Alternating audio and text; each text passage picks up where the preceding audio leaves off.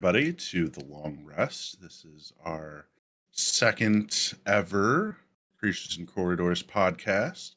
Today we're going to be talking about some of the stuff that happened at not just the last session, but bonus the last two sessions, because we missed our last week that we were supposed to do this podcast. Um, I guess we'll just go ahead and let's just jump right into it. Yeah, tonight, the last two episodes was kind of exciting, honestly, all things considered.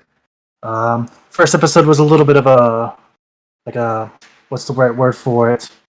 Not a shopping episode, but definitely like an interlude setup type episode. And this last episode is when things got spicy. Yeah, it was. It was definitely a session where everybody was just kind of ticking boxes, following up on things that had been set up previously, and then being the DM that I am, had to throw a curveball your way. I can't just have it easy, right? Absolutely. It's so weird because, well, for starters, let's explain what happened to our audience. To recap, um, we got back from the Mechanist's place, and we fought the vampire guy, and so we were beginning to just like kind of wind down and get adjusted to our new home, and we do a bunch of work. I set up the locking systems. We get a good night's sleep in. Kind of wake up weirdly like around the witching hour, 12 to 1 o'clock. We all kind of wake up like awkwardly refreshed and I swear, our PCs in every campaign, they sleep like they're in Skyrim, where it's like, let's adventure for 36 hours and then sleep for like 14 hours. And just I mean, ridiculous. we're used to we're night owls in real life, so we're night owls in the game. It's true. It always seems to work out that way somehow.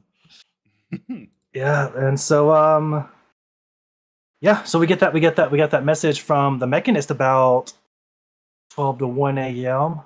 kind of after we were waking up, and he's basically says your stuff's ready for if you want to come and get it, and that's what we do.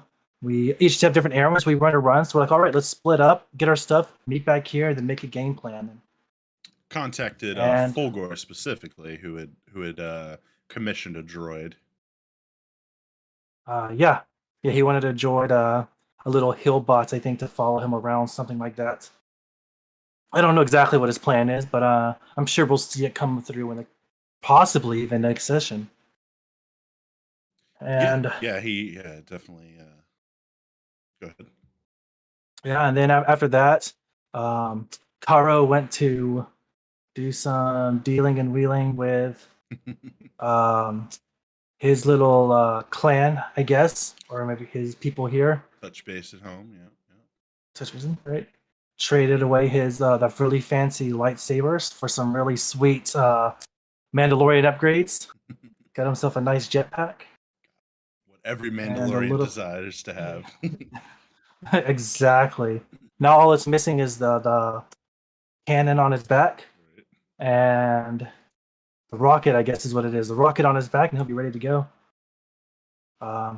Vrain and Goldgrave went to check out the ship, which was at the top level, and everything pretty much went smoothly. It's just kind of in a not a junkyard, but in the impound lot. The impound lot. There we go. Yeah, impound lot. So Vrain's already coming up with simple strategies to get that back. He's proficient in hacking, so it takes fingers crossed between hacking and forgery kits. He should have no problem getting that back. So they just kind of case the place, scope things out, just kind of getting a sense of the security and what they're going to have to go through to make everything work for that. Yep. And then Dozak and Fulgor went to go pick up his droid, and that's where things kind of went south. if you want to expand on that event and or your reasoning behind the setup. So Fulgor, is called by the Mechanist to pick up his droid earlier than expected, and so he goes to the junkyard where the Mechanist lair is, shall we say, his shop, um, and is ambushed by a bounty hunter. And anybody who's watched Star Wars knows bounty hunters are very plentiful. They're very frequently showing up at the most inopportune moments for the heroes, and I thought this was a perfect opportunity to do that.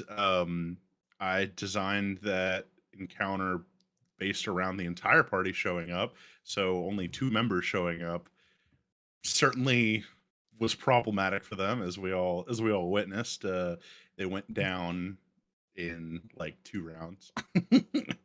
They tried to escape. Well, Yep, Fulgore tried to escape. Dozek was just like cowabunga it is. exactly. Dozak went head Man. first, and then just got hard iced. But I Those, respect it. I respect the hustle, you know. It's like gotta die with your boots on, right? yeah, So basically. he gets frozen in carbonite, and the other Fulgore tries to bounce and gets chased down through the superior mobility of this bounty hunter. He had, you know, his ability. He had tech powers and stuff, so he could like blip and you know, just dash at him. There was no way Fulgore was going to get away without, you know, maybe blocking him off from like blocking the tunnel somehow. But Yeah, it would have taken some insane creativity or some ability we don't know that he has to probably get out of there. yeah, there, yeah, who knows? Or just a good sequence of dice rolls. You never really Yeah, know. yeah, there was certainly a world where he got away, but we don't live in that timeline, so they both got captured. And and more very importantly, also the bounty hunter also revealed that he was working for the Celadorian Eclipse, who has become a pretty major antagonistic force of the party at this point. They've haven't dealt with them super directly. I mean, the warehouse was, you know, there was Celadorian guys there. That's probably the most contact they've had with them. Um, outside of, you know, just kind of hearing about them through the grapevine. But yeah, this was like confirmed that the hit was essentially put out by, or not the hit, but the bounty was put out by the Celadorian Eclipse. So Fulgore, you know, using his last moments of freedom, sends a message to his fellow teammates back at the little base that they had acquired, and you know, please save me, help me, Obi Wan, you're my Yeah, only hope. yeah, basically. And after we get that message, after we return, we get that message. That's kind of where this last session ended, specifically on this kind of cliffhanger. And we took this small interlude off screen to kind of to respec ourselves or characters and level up, which was the most important part, I think, because we weren't sure what to expect. So we upgraded our gear, upgraded weapons, armor, and all that good stuff, and then we went and cowabungad. Yeah, it's been kind of tough with you know, we're doing the credits for XP in this campaign, and it's been challenging for some people to even find stuff to spend their credits on. I know especially like our force casters are just like, what do I even buy? Like I have to spend all these credits, and you know, I've tried to offer, you know, a variety of solutions, but it does take in-game time to go and do these things. It's not something that's just hand waved. I really wanted to, you know, emphasize the economy and the danger of just even trying to trade in this city. You know, you're just trying to buy what most adventurers would consider the essentials, and it you know, they went to the weaponsmith like 2 sessions ago or something, and the whole place was locked down by their own actions, by the way. uh there was cops swarming all over the place because they had a little scuffle out in the alley. And so, you know, it's a living world, things react. And yeah, so it's been very tough for them to actually find that time and buy things. So I did give them a little bit of a break. Rain and Boldgrave being characters that just kind of swapped into things.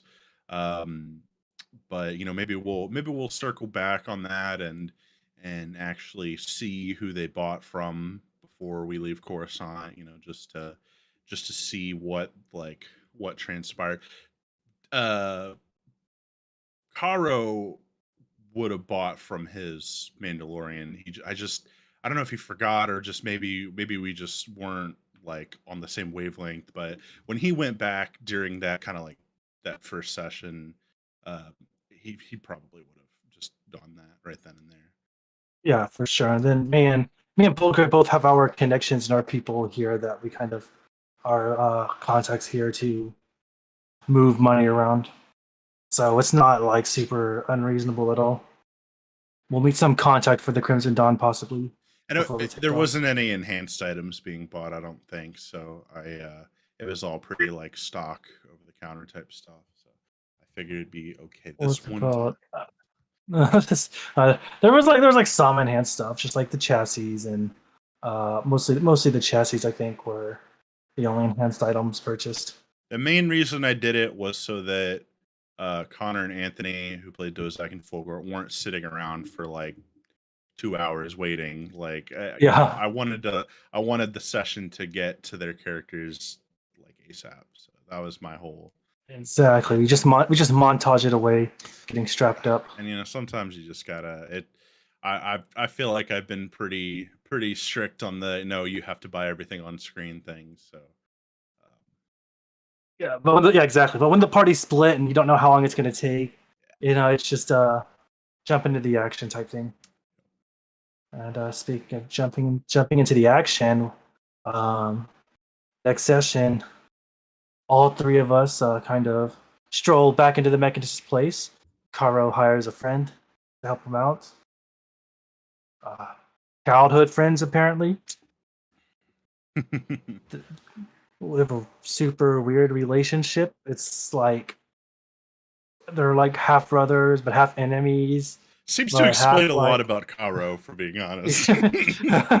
yeah, for really like it's really hard to figure out what his relationship is with that guy. Like next time we're gonna come back, and that other guy's gonna be a higher rank than Caro, and Caro's gonna it's gonna be an experience. But we kind of hyper stealth through the Mechanist's place for uh, functionally no reason by the end of it. Well, I mean, It made sense to us. yeah, It just didn't. It just actually there was just like nothing there to hide from. yeah, it only felt like no reason because nothing happened. But had something Yeah, happened and exactly. you hadn't stealth, you would have been like, Yeah, exactly. why didn't we take the time to stealth? Like, Exactly. You right. got to do it. It's us. Oh yeah. We all bought like super stealth stuff. Like I bought that. My armor has a silent property, and the silent property gives me advantage on stealth checks, to prevent being heard. So it's you can have imagine what that's like. Boldgrave bought the stealth field generator, which basically turns him invisible for 10 minutes per power cell. Super cool. Super cool. We'll definitely be purchasing that soon.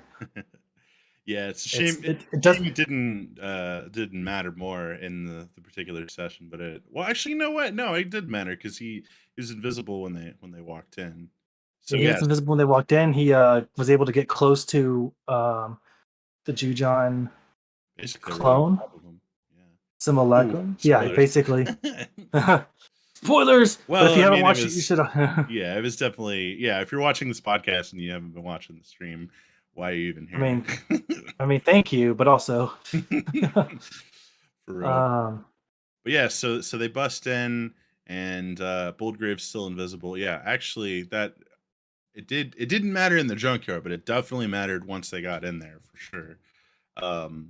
So yeah, they're having the bad guys monologuing, as bad guys do, and he's telling him why telling the party, I'm pissed because my brother died. You killed him. I hold Garm responsible, even if he wasn't the one that pulled the trigger or swung the lightsaber in this case. Kind of funny. Not the party member that actually killed his brother literally isn't even in the party. He stopped playing Yeah, like after like the second session. So it's just kind of funny that he's just I like don't know. murdered a major NPC and then bounced. So Basically, sometimes it be like that though. Um, yeah. but Scheduling is hard. yeah, it is what it is. But it's funny. I'm sure if we messaged him about it, he would love to hear that. Oh, probably it if he would if be. he doesn't already watch this, who knows? He hasn't said anything. We should ask him about it. Miss you, Jesse. Love playing with you, bro. S- Jesse, come back. so yeah, so he kind of lays out his motivations. He's upset over the death of his brother. He holds Garm responsible and basically feels that well, Karo, Dozak, and Fulgur obviously were original party members. Rain and Boltgrave being new. Karo were just like, I don't even know who you are. but Pretty much. but by guilty by association kind of thing, it's just like, well, if you're in the party with them, then I guess that makes you partially responsible now. Right. I thought about throwing them all under the bus. Because it technically had, but I was like, nah, that's not what it's about. There's no reason to throw everybody under the bus just because I have no idea who Yeah, Garm is. you waited till after the encounter to throw everybody under the bus, right? Well, I don't know what you're talking about. I don't throw anybody under the bus. I'm just playing. I'm an upstanding citizen of the Chiss ascendancy. So Dozak kind of takes the lead. He stealthily force heals himself while his hands are bound and his eyes he's blindfolded. But the one really interesting thing about Star Wars 5e in normal 5e, there are verbal, somatic, and material components required for spellcasting, which loosely translates to you need a wand, you need to be able to waggle your fingers, and you need to be able to speak. And Star Wars 5e doesn't have any of that. So I think I actually make him make a stealth roll? I feel like I did. I don't recall. I want to say no, but I don't recall. You might have. I It haven't might have been a I slight. haven't There might have been a rewatched this. sleight of hand roll. Yeah, I haven't Yeah. rewatched this session yet, but I'm pretty sure I would have. But yeah, he kind of tries to. They've each got a bounty hunter kind of got with their eye on them, and so he tries to heal himself, which he succeeds with, and then jumps off the couch like let's do this. And yeah, the encounter kicks off, and things go pretty wild. Jujon lasts like 2 rounds. Yeah, two and a half, about 2.5 rounds, I think. Yep. I think he got exactly one turn Yep. Yep. But and a few legendary actions. he did have his legendary actions, yeah. So it wasn't quite as brutal as it may seem. And sometimes like counters don't need to last 5-6 rounds. I mean, it was intense. I'm sure everyone was on the edge of their seat for it, but yeah, sometimes it's just over quickly. It's just the nature of the boss fight, and everybody's gonna focus fire on that guy. Like it's inevitable. But yeah, things went. There was some pretty crazy rolls. I know twice I rolled a natural 20 followed by a natural one. One of them was because Karo used an inspiration to make me re-roll, which was one of the crazy. I mean, you literally couldn't have planned that. Like it was insane. It's great. It is pretty great. And it's moments like that remind me why I love D&D so much. It's just like how did the universe align for this moment to be a thing. Exactly. The games are supposed to live and die on the die roll. Yep. Like that's the whole reason we play the game is for those natural 20s and natural ones to get that adrenaline rush to keep you hyped. Insanity. Yeah, it was a pretty they I did give the party a surprise round, which we talked about a little bit after. Might have been maybe a little overly generous on my part, but I don't, in my eyes, the I think like one of the like tragic downfalls of most villains is their hubris and their cockiness. And I think in the villain's mind in this case, he did not expect you to attempt to engage him, especially while he had two of your friends at gunpoint. I mean, you see it in movies all the time. It's like, oh yeah, he's got a hostage at gunpoint, and then they, snipe him or whatever, or just like do some miraculous shot. But Some good old tier 1 hubris. yeah, You yeah, know, exactly. He's kind of the the tier 1 hubris. yep. Your many bosses will oversee some of that smaller, like a little more arrogant. But as the higher you get in the game, the smarter the villains become, Yeah, the less you can get away with gimmicks like that. he thought everybody was still level 3 and or level 4, and it's like, suck, we leveled. So yeah, I mean, there's an argument to be made both directions, but ultimately in the moment, that's what I felt was right. I just kind of go with my gut a lot of times, and that's just DMing Yep. sometimes. You just got to make a Surprise decision. round is a super powerful mechanic, and the rules don't even do a good job of explaining it. That's the worst part. As I know all too well.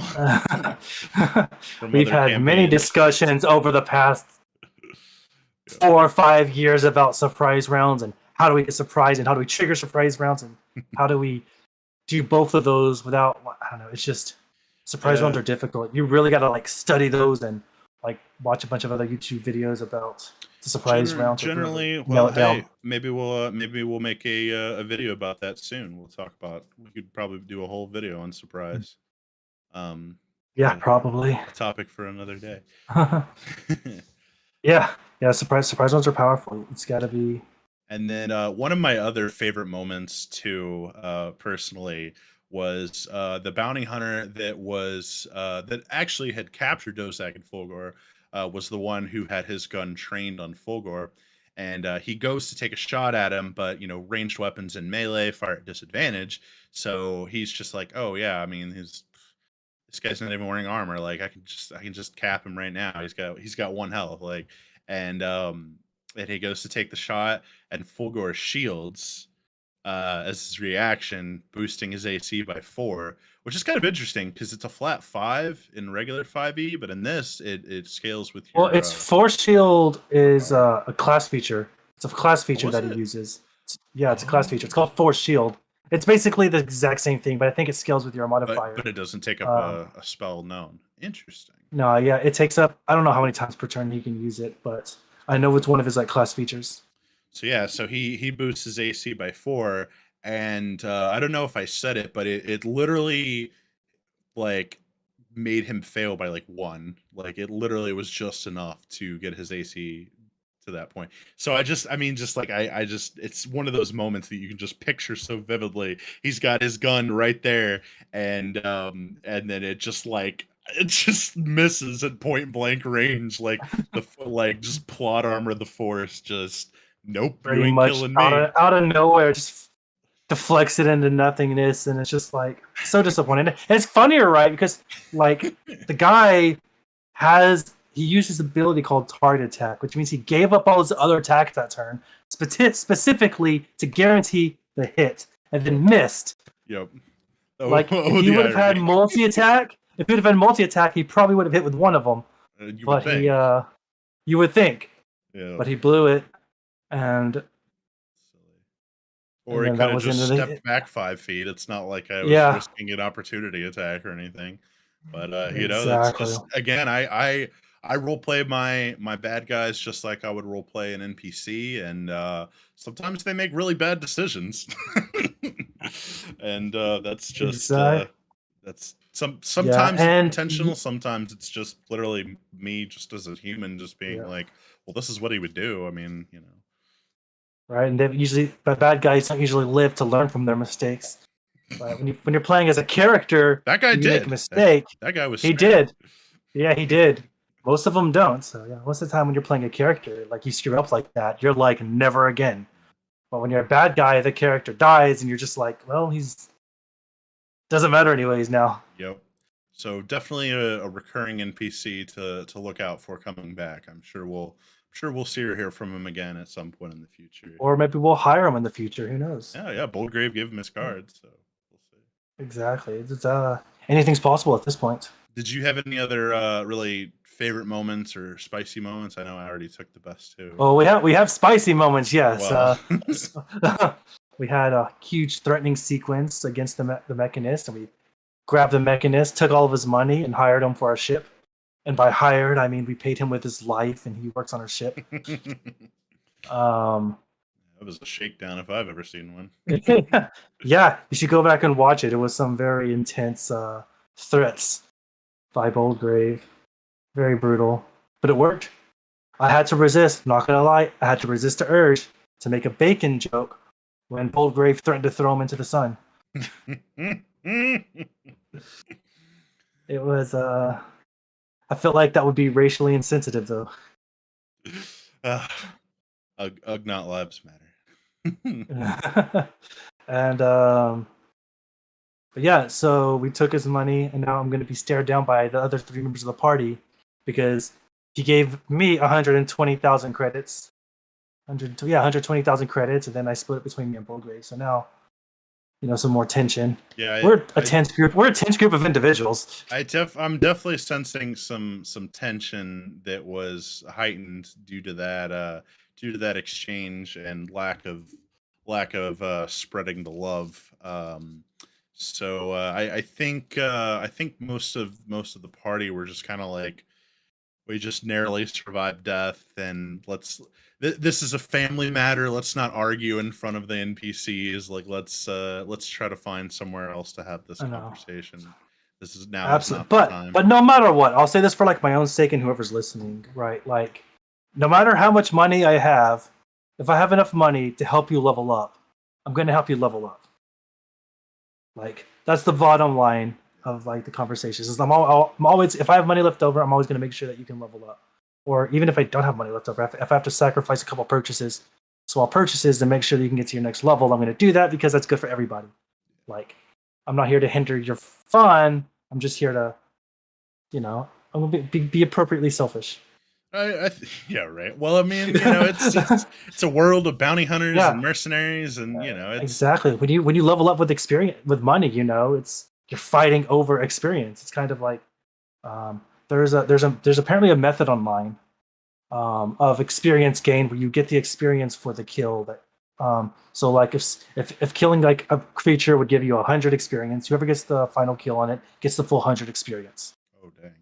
Now, other than that being the stupidest thing I've ever heard, and completely like unfair to like your healers for say, yeah, like it's kind of works in that manner because like in that one people would go for the final kills, but in this one it's kind of it's the money rather than the kills. So I'm sure it creates that little bit of like a selfish tension, but of course the difference is that we have a little bit more control over where the money goes. But my one of the reasons I actually opted for gold for experience was what the things you award experience for as a DM is going to influence what your party will prioritize. So if you say killing creatures, gets you experience, getting the last hit gets you experience, or what I mean, you could just say you only get experience from role play, whatever you decide is worthy of experience is what the party is going to prioritize. And in my mind, I was just like, if I don't make it about fighting, maybe they will choose alternative paths um, to solving conflict, which has come up. There's still a lot of fighting, but I mean, I don't know, that's just D&D. No, I mean, exactly. People are fighting over money just like we are, kind of. Sure. So, but by making it about the money, it's like, you can fight droids till the sun explodes, but you're not going to get any money unless you go sell their parts, basically, or you're not going to get any experience rather unless you go sell off their stuff. So. Right, and it does create an interesting like relationship with NPCs because if you're leveling up by spending money, then so are the crime lords. Right. So part of why they're the higher level exactly the area. They're higher level NPCs because they've spent tons of money over the course of or the bounty hunter who's strapped with all these weapons, like he's the one who's been spending his coin on stuff. Exactly. He's got his ship, he's got a joy to work with, he's got gear, equipment, backup, all of that stuff. You think of someone like Cad Bane and he's got his whole like arsenal, his contacts, he's got everything. So yeah, it's definitely it's created I I this campaign definitely was inspired a lot by a previous campaign I ran Waterdeep Dragon Heist a couple of years back now, and oh, hurts to say that, but Don't say that. It's a couple of years. It hasn't been I that long, has know it? Yeah. it was It's been like about 2 2 years or years, so. yeah, a couple. But yeah, anyways, so this campaign reminds me of that a lot. It was an I think it was the first urban campaign I'd ever ran, and there was a lot of similar elements to it. And there definitely was party conflict. There was we had to have a few conversations outside of the game to make sure everybody was okay, and like party conflict is not easy, especially for new players. And we all know each other quite well, and are we don't get mad and not talk to each other. Like if something upsets us after the session, we'll be like, hey, what the fuck? Like, like we'll hash it out. We often have like kind of a Ex- post session, debriefing kind of thing to talk about stuff. So exactly. We don't really step on toes. We don't try to make it personal. Everything's kind of it's our characters being douchebags, not us. And not but like not in the way that like douchebags, not in the like this is what my character would do trope. yeah, Like not the we're not hindering or like hindering the party in that type of way. right. It might just be being extra selfish as long as it doesn't hinder the party. That's kind of the line that you've got to draw basically. And I think it'll force the issue. I mean, where do Boldgrave and Vrain's alliances truly lie? Are they loyal to the party, or are they beholden to something else? Boldgrave has certainly Exactly. referenced some organization. I don't know if it's ever explicitly been said yet, but there definitely Pretty seems to sure it be. has, but yeah. Yeah, yeah. And I mean, the Crimson Dawn, for anyone who knows like Star Wars lore, is basically what it is. Um, but what that looks like in my kind of version of the campaign in this era, I mean, we've seen the Crimson Dawn, but in different eras of Star Wars, so it'll be interesting to see what kind of this iteration looks like. Excuse me. Yep. Exactly. It's pretty exciting, all things considered. I'm not even entirely sure what to expect, but I'm playing. I'm my own character, and That's how I know Boldgrave I'm is his doing own my job. character. What's it called? Me and Boldgrave worked together previously, and so we're kind of here as we kind of came here to basically take money from the Eclipse that the Eclipse is supposedly owes the Dawn, and I guess we'll find out when we get there. Yeah, we shall see. Yeah. So I think that about wraps it up for our session recap. It was a double feature, so that ran a little long. But what do we are we gonna take some questions, or what is our topic for today? I'm not sure if we have any questions unless Oh, mysterious Con- voice in the call. unless If the spirits Dozak be with there. us.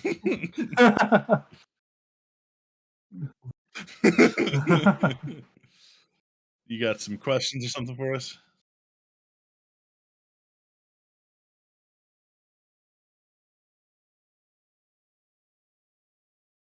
Oh, good.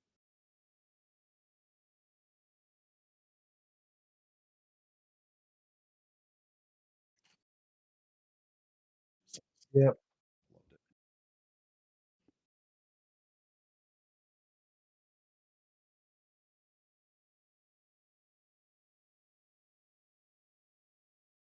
Yeah, yeah, they let that Yeah. bounty hunter live, and you would think that Dozak and Fulgur would have held a grudge, especially because he just like soloed both of them. But yeah, very very diplomatic of them to actually allow him the chance to walk away. It's like, well, we're still going to take all your stuff, but you can have your life. Yeah. Yep. We can't get experience with that. Exactly. Yeah. Basically. And that's exactly why I did it right there. So,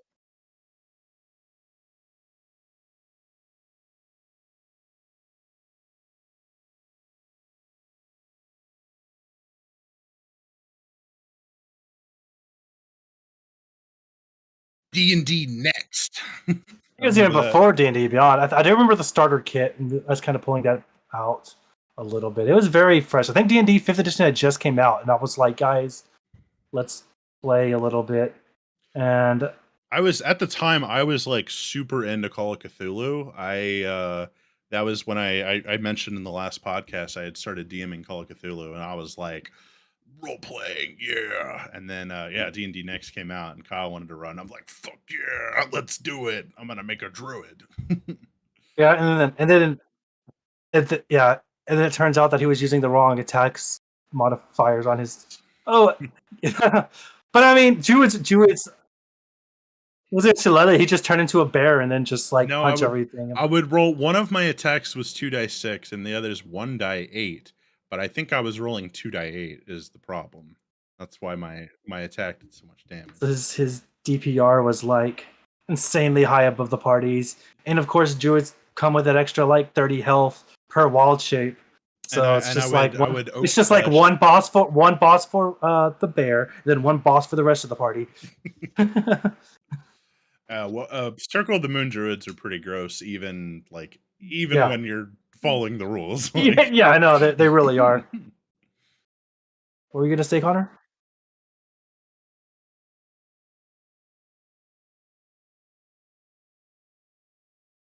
I did purchase it about a week and a half ago, maybe. I'm super excited.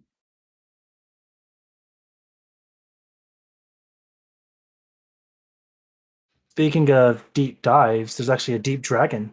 Um, apparently, the deep dragon is traditionally called a purple dragon, but they completely like changed it artistically, and I don't know why they did that. Now it looks more like a chicken.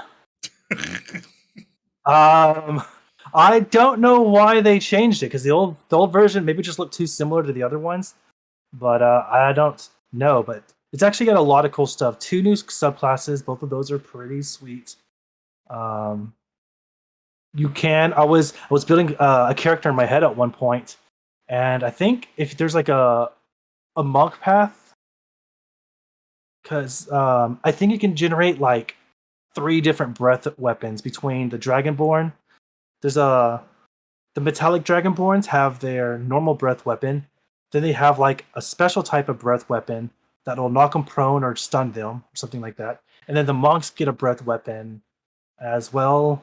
And so you can be like just full blown like a breath weapon specialist almost. Dragonborn monk, that sounds pretty cool. Exactly. That's exactly what I was thinking about at one point. It would be so insane. It has. Go on.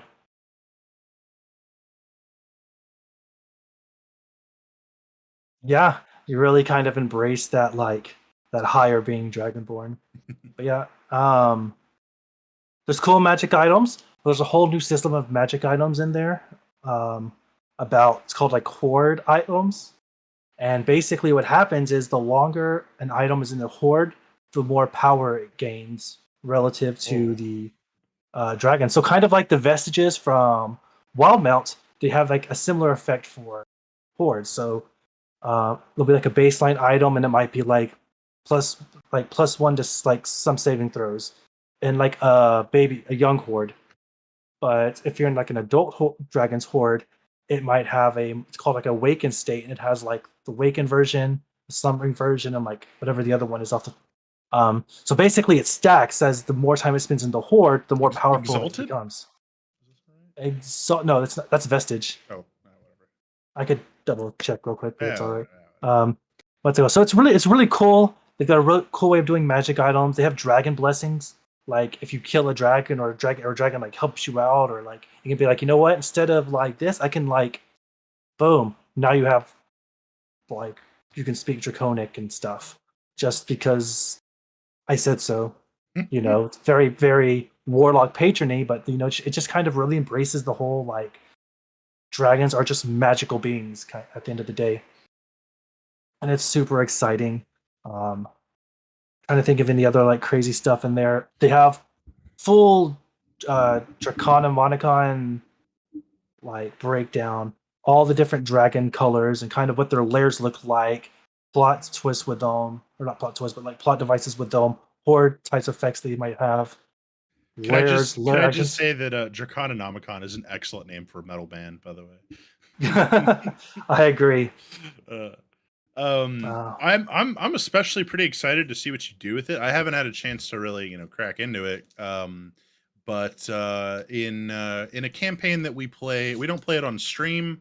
But Kyle runs a campaign where I am a player, and I'm playing a Dragonborn Necromancer, and I was using the UA rules for the Crystalline Dragonborn, which is now officially printed in this book. We were using the playtest stuff, but yeah, I've been playing a gem Dragonborn Necromancer, and I'm very intrigued to see how he reacts to all this new dragon stuff that am almost certain will be popping up in the in the campaign very soon. yeah, definitely. I'm definitely excited to use some dragon stuff. And earlier today, I was rolling for horde items, so Yeah, time to go big, find big, dragon. big excitement coming ahead. Yeah, exactly.